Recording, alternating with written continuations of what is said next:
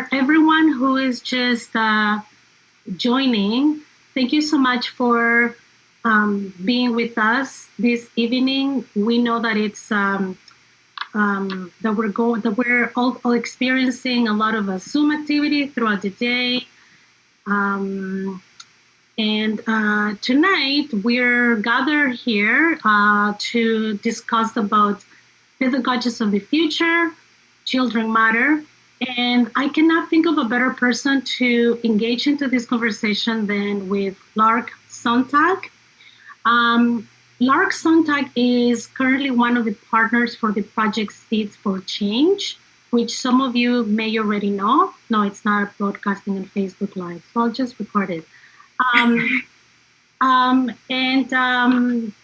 I came across her work from another colleague, Julia Feliz, who runs a publishing company run by herself. And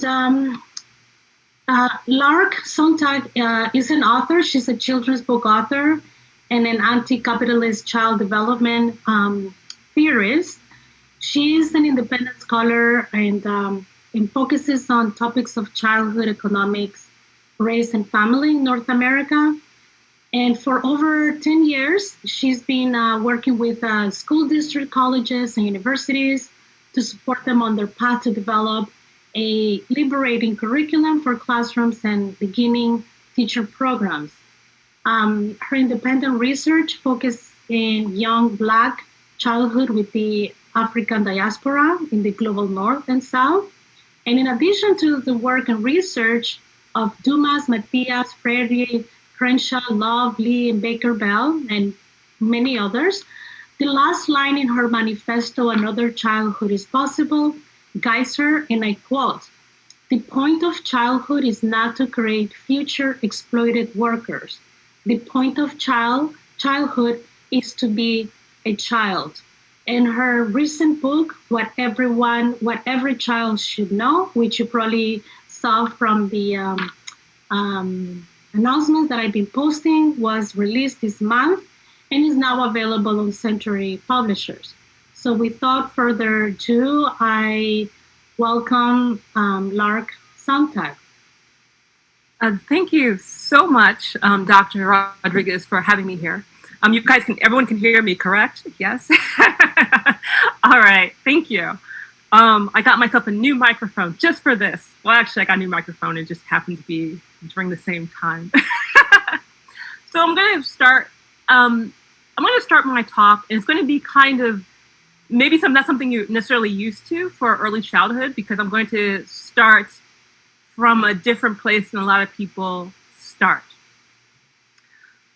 There is this book, The End of History and the Last Man. It came out in 1992. And that is the point of this book is that the end point of mankind's ideological evolution and the universalization of Western liberal democracy as the final form of human government.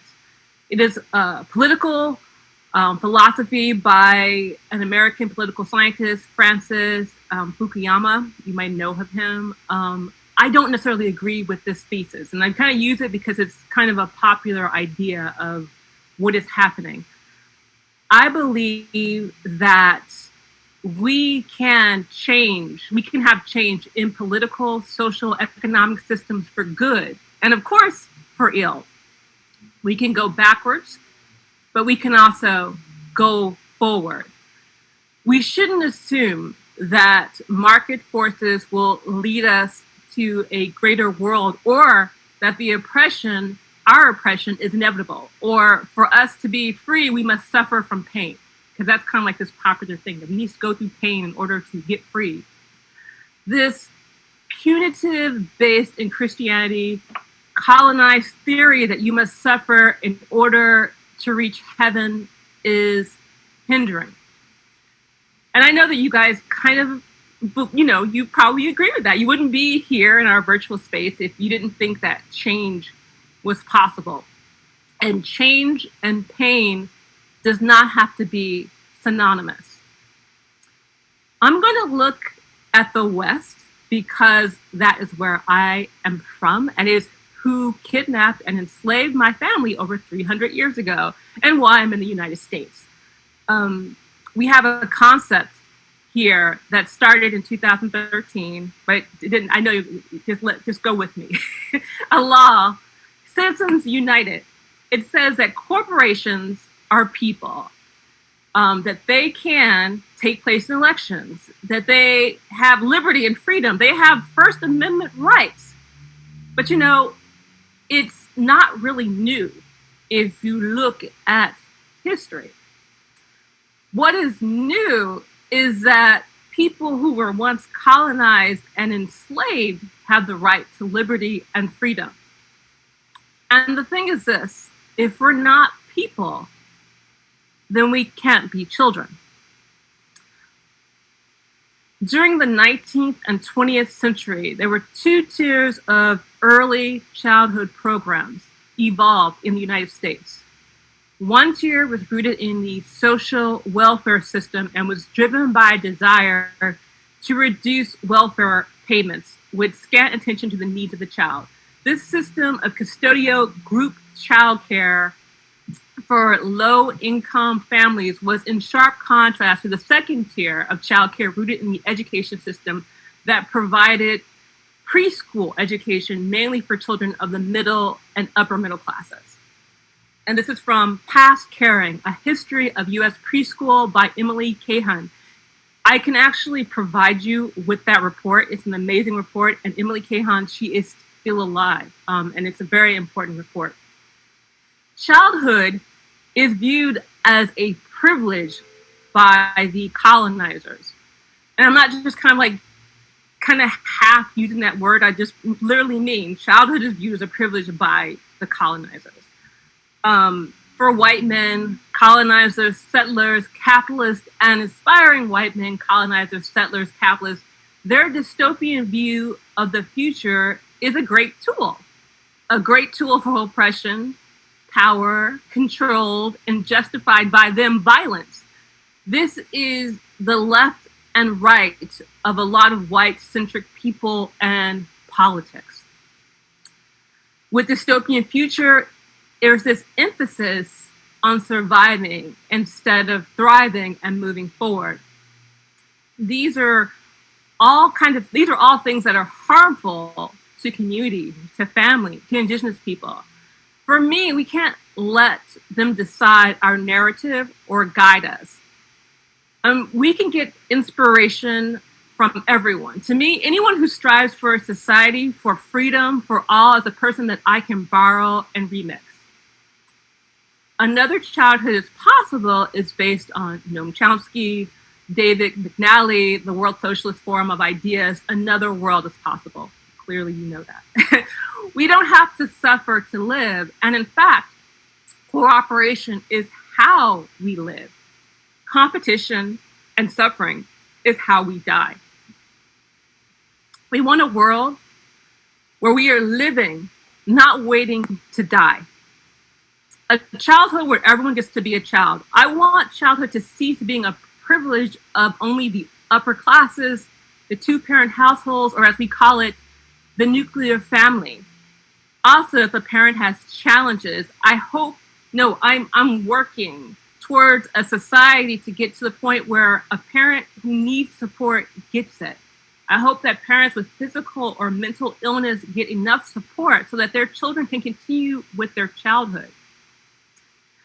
You know how colonizers have the United Nations? I would like to see a version of that for our people, a sort of an agreement amongst us that we're going to respect people and children across nations, that we look at life and childhood through an international lens. The rich are connected, but we are not. And why? Well, we actually know why, but I think we just need to focus on that a little bit more. And when I say child-centric, I mean don't forget children. It should be community-centric, family-centric, and I mean teaching these values. And with that, I'm going to go into a little anecdote that I have. It's like one of my favorite anecdotes. Because I taught actually in the classroom for 10 years. one day I had a student say to me, "We have to listen to you because you're in charge. You are our boss." And I explained, I'm not the boss. I'm not in charge of anyone, little or big. I have a role, and my role is the facilitator of the classroom experience. My little student said, of course, they asked me, what is a facilitator? Because why would they know what that is? And I explained that I create a classroom where you learn from your friends by playing, and with them you can learn on your own with your own exercises of your own choosing. And my student argued, like, an action I always encouraged, because arguing is not fighting, is critically thinking, that they had to do what I said. And I further explained to them that in life, you always have a choice. That today we're painting and playing family because that's what you all told me you enjoyed doing. If you would rather not do that, you don't have to. And my student responded, but I want to because it's fun. I like painting. And I said, yes, you do. So who is the boss? And my student said, me. And I said, have you ever thought that no one has to be the boss? Have you ever thought that you're just a member of our classroom community? Of course, they asked what a member is. And I explained, it's a group of people who work together, support each other, and help each other. And then I said, in groups, sometimes you have an idea and others will do it. And sometimes another person, big or little, may have an idea and you'll do that. And they smiled and they said, yes, I like that. And when we have family and you decide that you want to be the mom, and sometimes, and you said, oh yes, I like that. Like sometimes when we play family and I decide to be the mom, and sometimes I'm the brother, and sometimes I want to be the family cat. Yes, we're family. We have roles. No one is in charge of anyone. We're working together and sharing ideas so that we can have fun. And isn't that more fun than someone telling you what to do all the time? And my student said, yes, but what if I need help? What if I need help? And I responded, in order to get help from me, I don't have to be your boss. Don't your friends help you? Your sister? Your cousins? And they said, so I can get help from anyone, even if they aren't the boss. And I said, yes. And that's the best kind of help. It's help you get from your friends. And they said, thank you, facilitator. I said, thank you, valued member of this class. And that's how you begin to dismantle this normalized idea of oppression and exploitation with a 5-year-old, because our classroom should be modeling community and community care and not 1920s factory jobs. The liberty of labor is not freedom, but an obligation. Even if we don't have that 100% now, childhood is about ideals.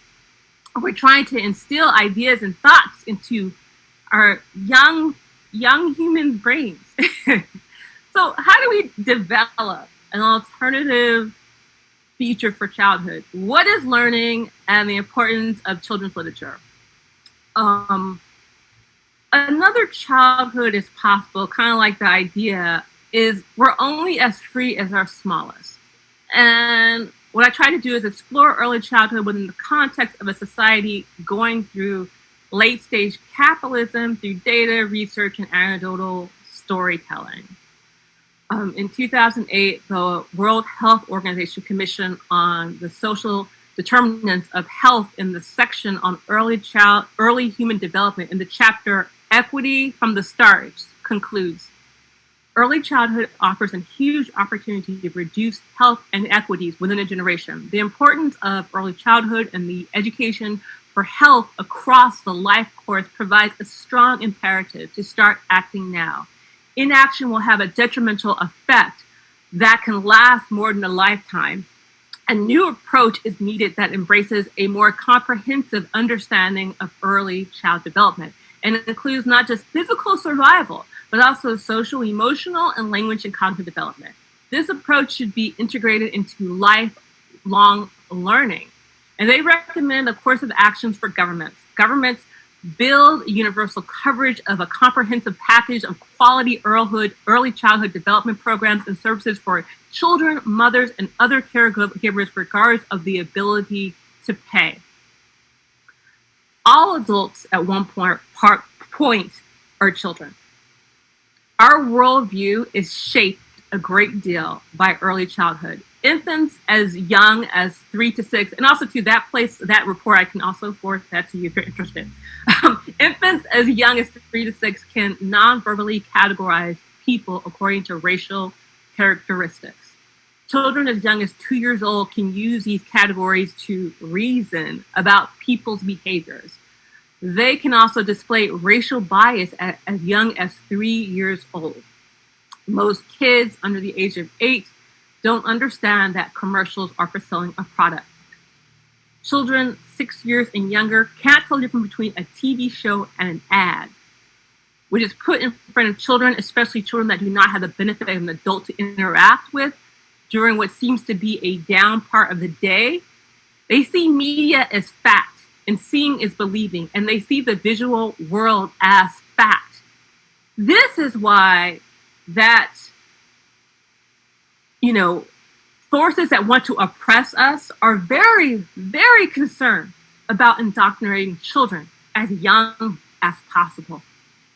They push capitalism through competitive games. They push ideas of gender and class and expectations with edited fairy tales. They baptize children into obedience before they can even begin to talk at local religious institutions. Advertisers have cradle to grave marketing plans that shape children's ideas of beauty, health, and life. Organizations like the Boy Scouts, which train children to be militaristic and nationalistic, now they accept all genders, yay, begins its programming for children as young as 5 years old. In Nazi era Germany, the Third Reich released a board game that reinforced anti-Semitic views and encouraged players to invade nearby countries. The original Monopoly, created by the Landlord game, created by Lizzie Marie, had rules for two different games, anti-monopolist and monopolist. The anti-monopolist rules reward all during wealth creation, while the monopolist rules had the goal of forming monopolies and forcing opponents out of the game. Which one do we have here in the United States?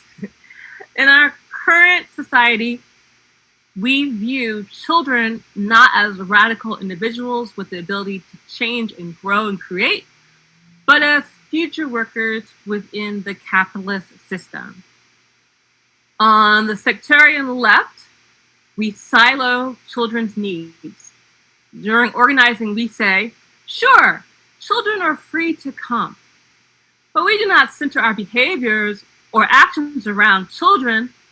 The caregivers of children are often not seen in political movements until their children are grown. Our political fight only brings up children if a child dies, so you can put a parent in jail. Test scores are too low, a problem because how can people with low test scores be good workers in capitalism or some other tasks that relate to their future usability as workers within capitalism? Our scenarios for late stage capitalism, pre-revolution, post-revolution, and another view children as an afterthought, and the idea of what about the children?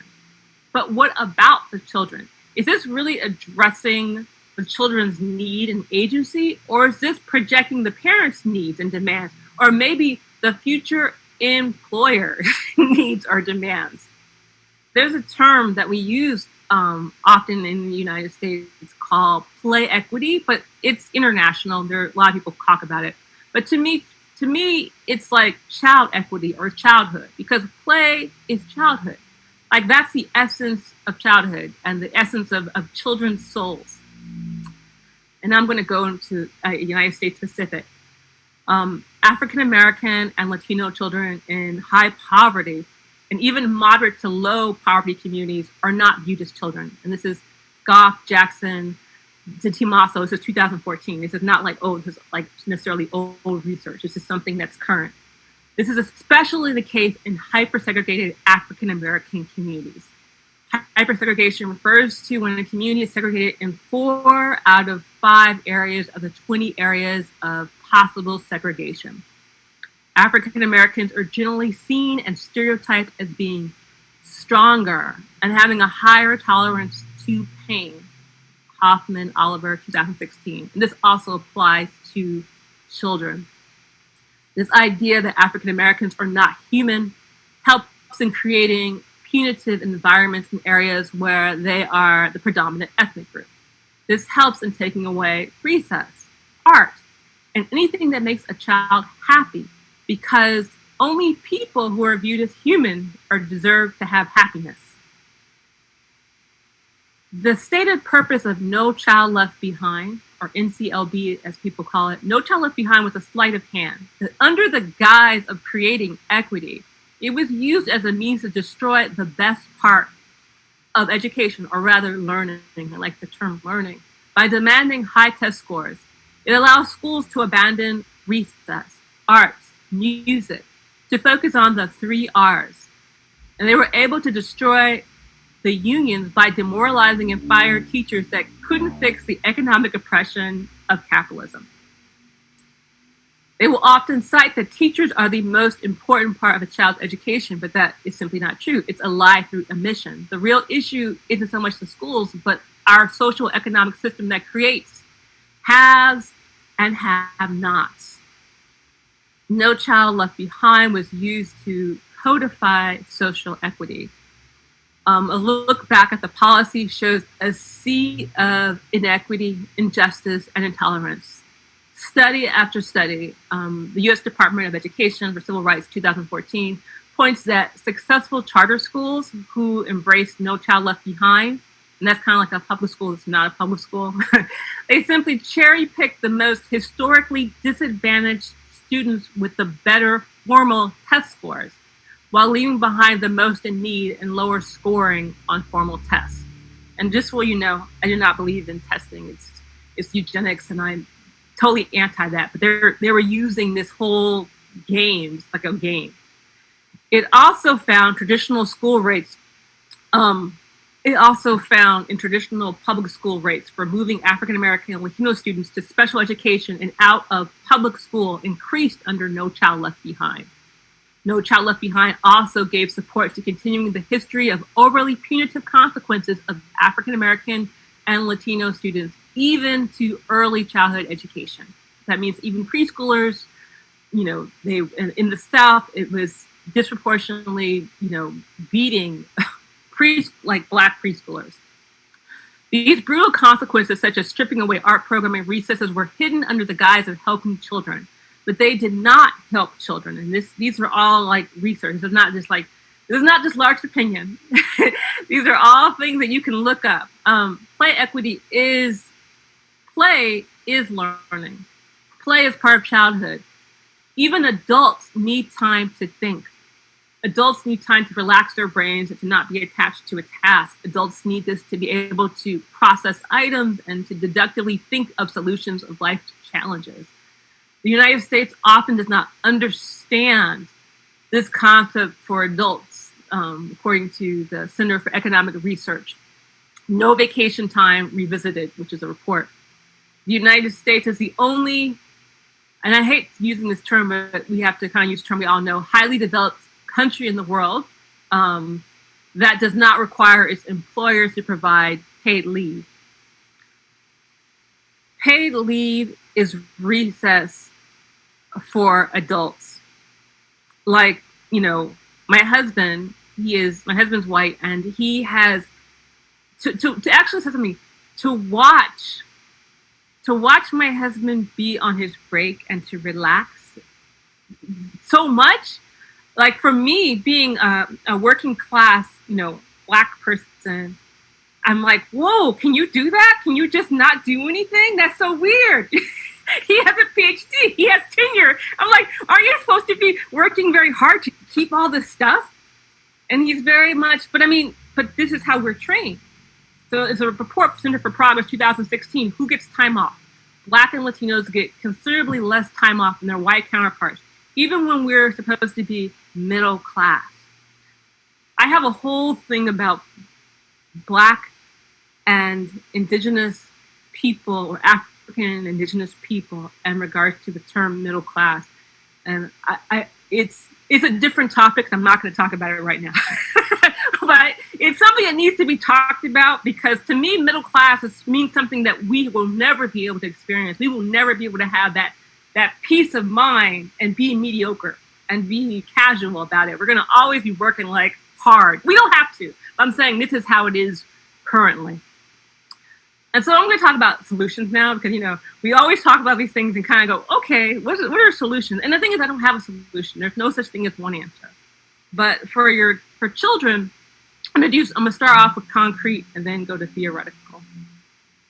First off, I think one thing you have to really understand is that the right, racist, fascist, nationalists are coming for your children. There is no such thing as apolitical anything for children, and especially that comes out of the United States, and probably anything that comes out of the West. And keep in mind that advertising doesn't just stop at objects. It includes purviews. It includes supporting of oppressive forms of economics, children's books, toys, games. I don't think there's anything that is apolitical. And as my husband's a scientist, I don't want to say 100%. But for me, I would say there's almost nothing that comes out of the United States that is apolitical, that's aimed at children. Everything has a motive. But say something you could do with your little children. And people are like, well, what I'm going to do is I'm going to make sure they don't watch TV, or they're not going to be on the internet, and blah, blah, blah. My mother was a very fun, radical hippie. She said I was never going to watch TV. I was never going to eat Doritos, and that did not happen, because I did have friends, and eventually at some point I left the house. So you want to give your children tools in case you're not there, okay? Teach your child to recognize commercials. As I said, until around the age of 7, children don't understand that persuasive intent of commercials, the idea that someone's trying to sell them something. In fact, they often really like the shows that feature their favorite toys. Like, oh, look, my favorite show is coming on. It's a commercial for food. They think it's a TV show. Begin by getting kids to understand the idea behind ads. When a commercial comes on, what is that about? How do you know that? What do you like about it? What is it telling you? How did it make you feel? Rather than kind of like this, like, well, we're just not going to ever show them commercials. That's what it's going to do. That's not going to work. Reinforce real world lessons. Make the connection between positive action and real life.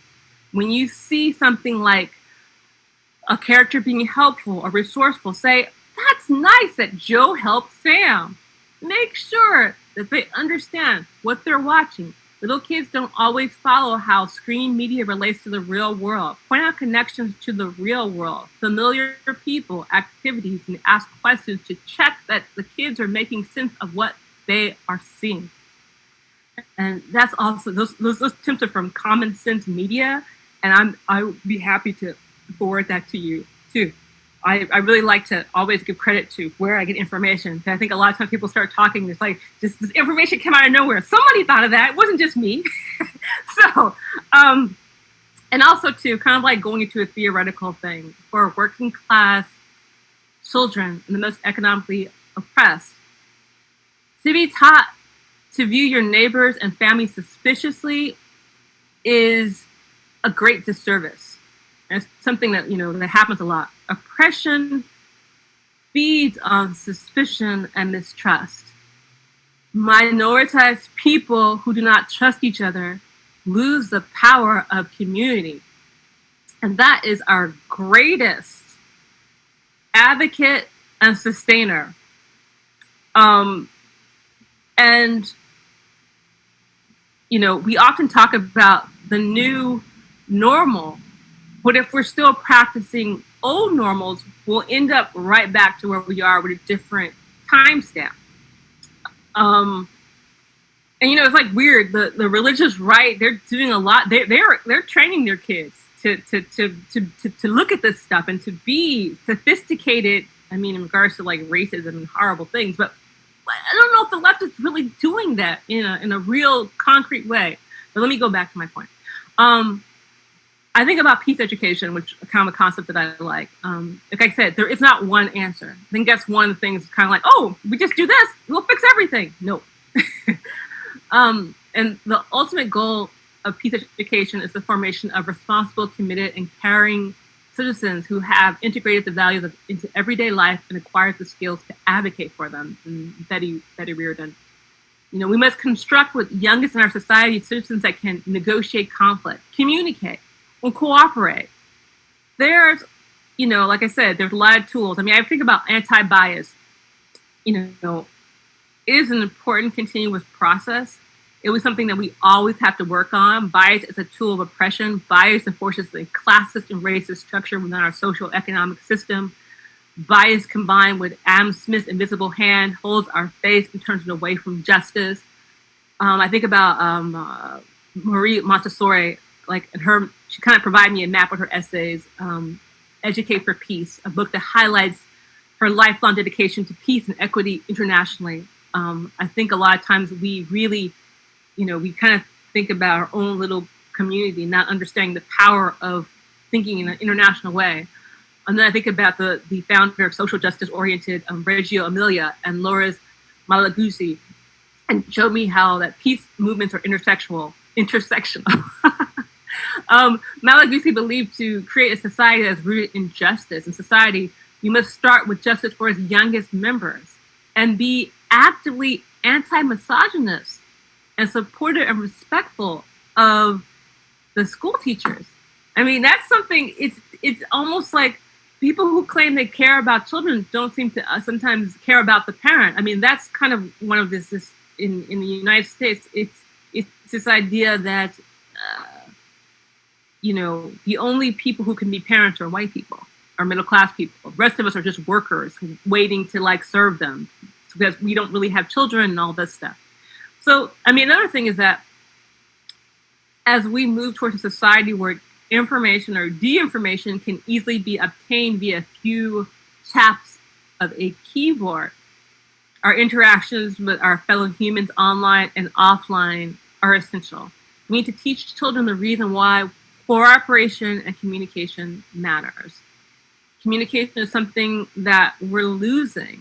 Cooperation and conflict resolution is one of the most important tools that groups have, even groups of 4-year-olds.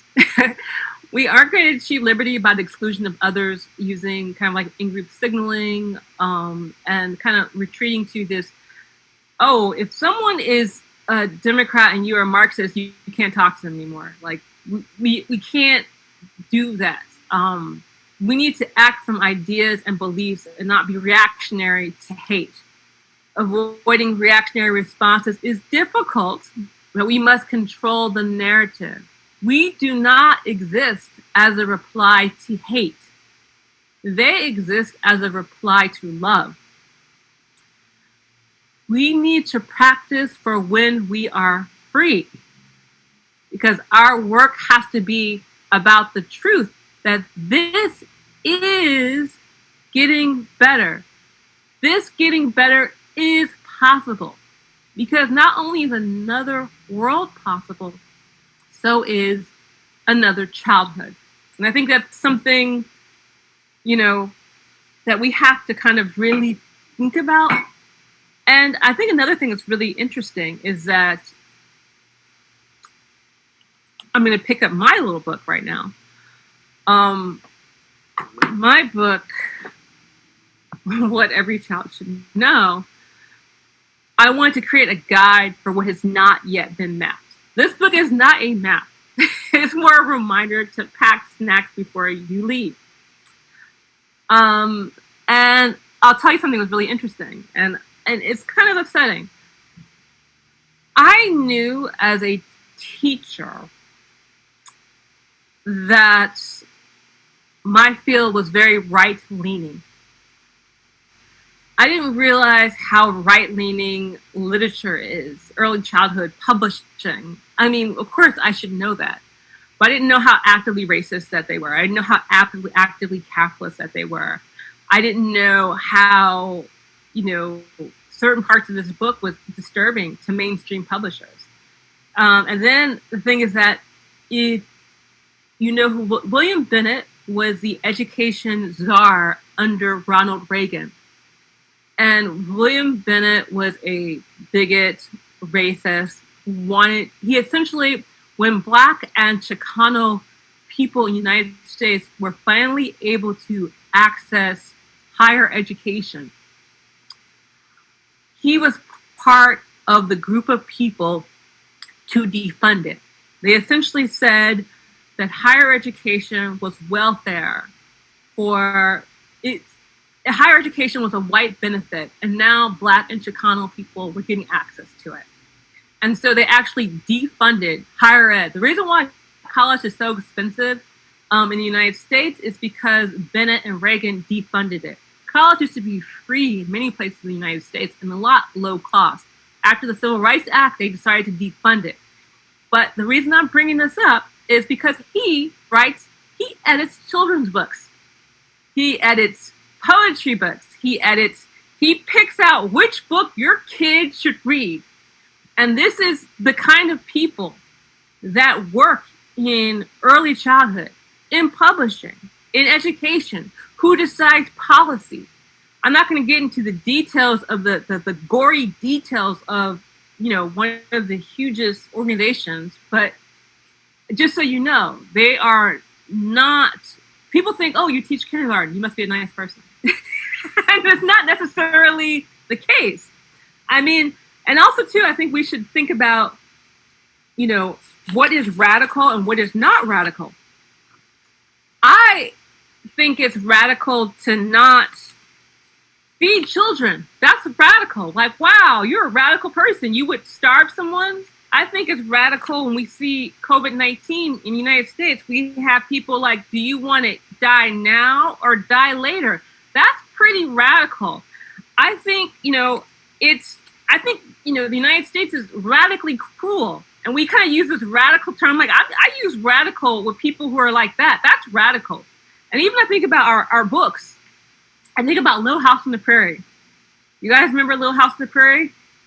You think, oh, maybe you don't. But some people think, oh, it's an innocent book. Little House on the Prairie. She's so sweet. And she's Laura Ingalls Wilder. You're watching this. You know what they were doing? They were essentially stealing Native American land.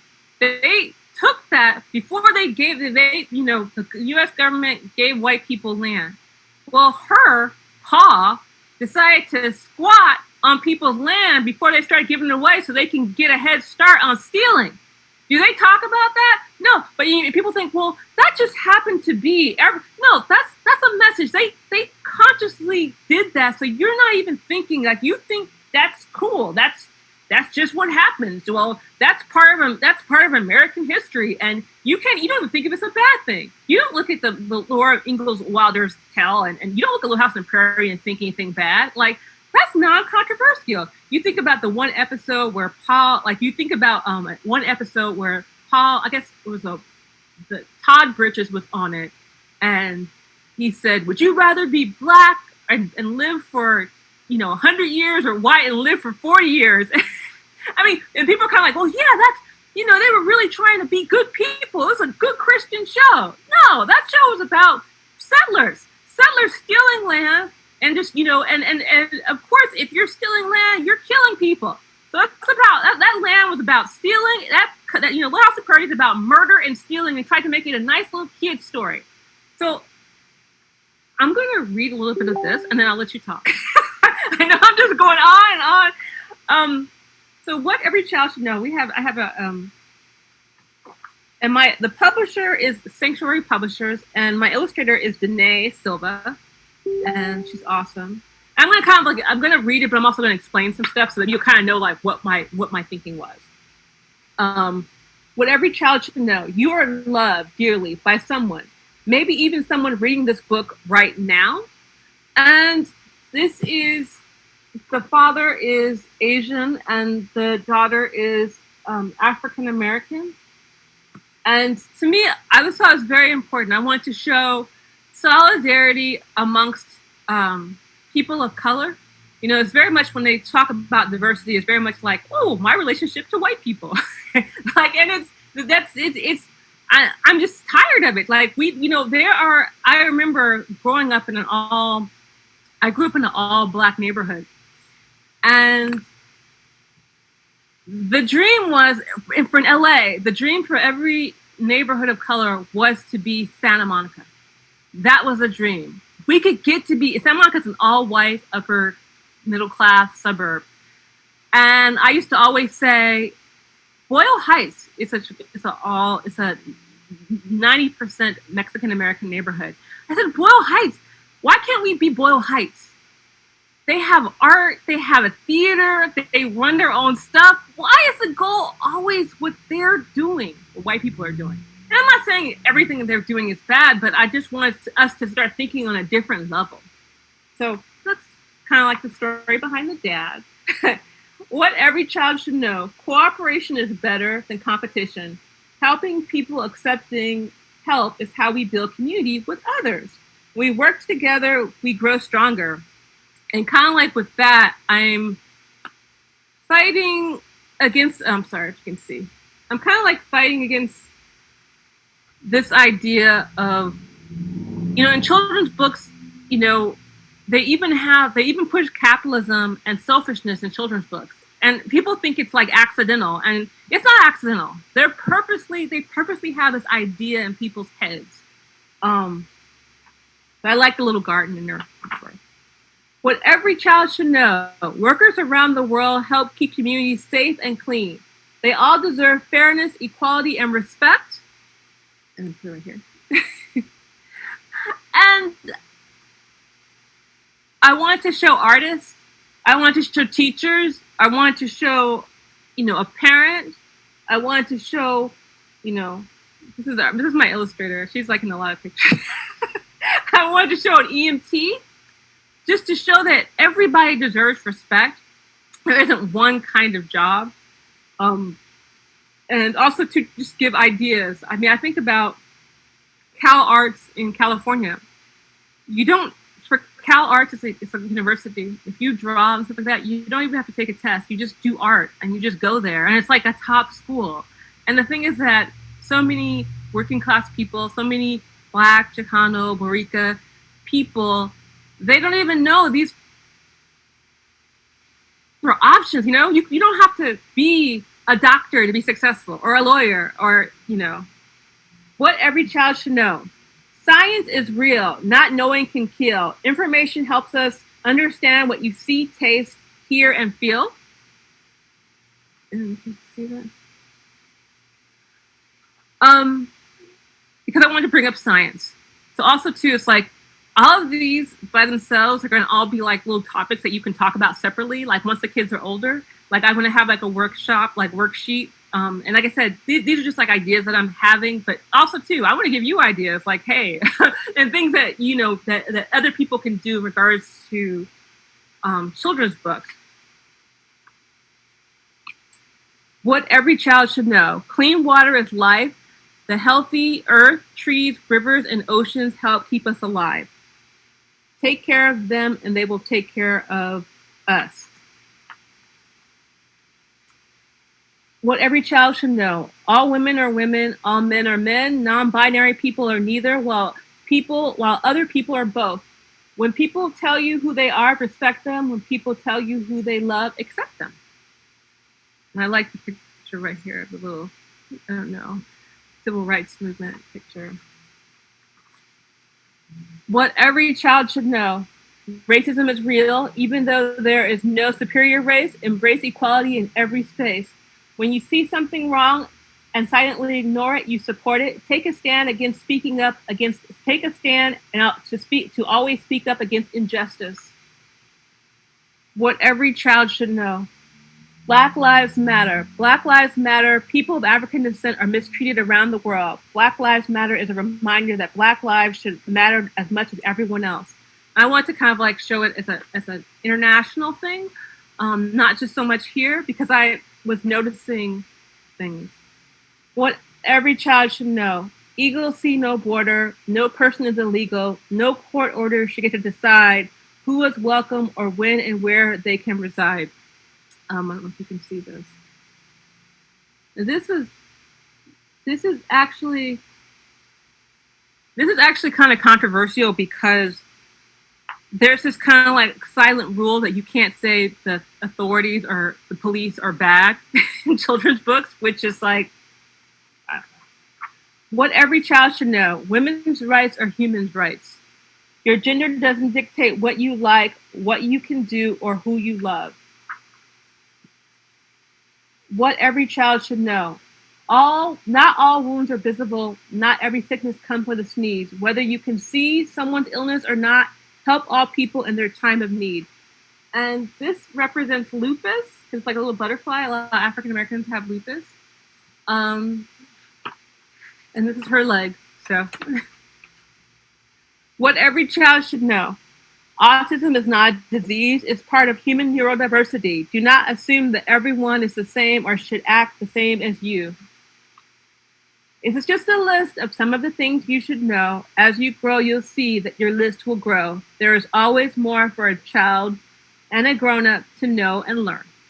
So that is the end.